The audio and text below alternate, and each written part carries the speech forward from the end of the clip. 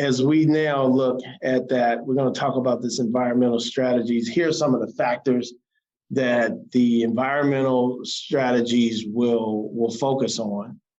And they are the following: accessibility of alcohol, tobacco, and other drugs, rules and regulations of social institutions to which they belong, the norms of the community in which they live. I want us to pay particular attention to the norms of the community in which they live. And then the mass media messages to which they are exposed. So this is our agenda for the day, is to go over these 4 points and then to have discussions to where you understand, and then also how you can visualize and actually see it implemented in your community with an understanding of why it's important. Okay. Oh, okay. Thanks, Cynthia. Appreciate that. So why is that? Why is mass media important messaging? Why are norms, getting to the norms, so important?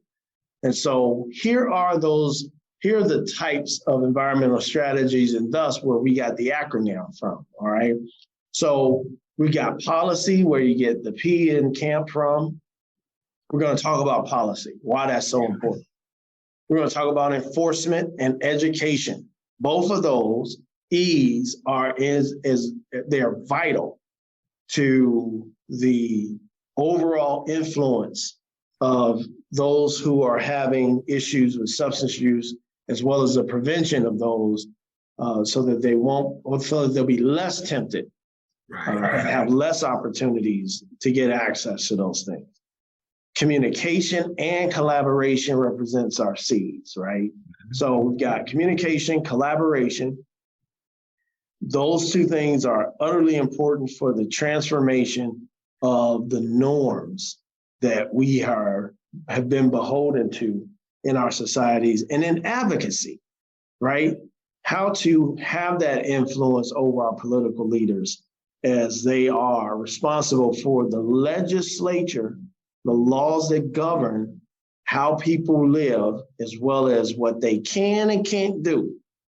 That's some power. And so we want to talk about that advocacy piece, because we need to be having power.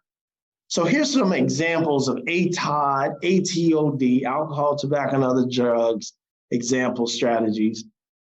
Take a look at these and tell me which one of these can you identify with as it directly has had an impact on you or those that you have close knits with, close relationships with. Which one of these have you absolutely come into contact with either regularly, or it influenced you or has an influence over you? I would love to hear that. Now think about taxation as a strategy, as it links to a substance that's negative, has negative health effects, and how the taxation of that particular substance has led to lower use because people are being charged so much for it.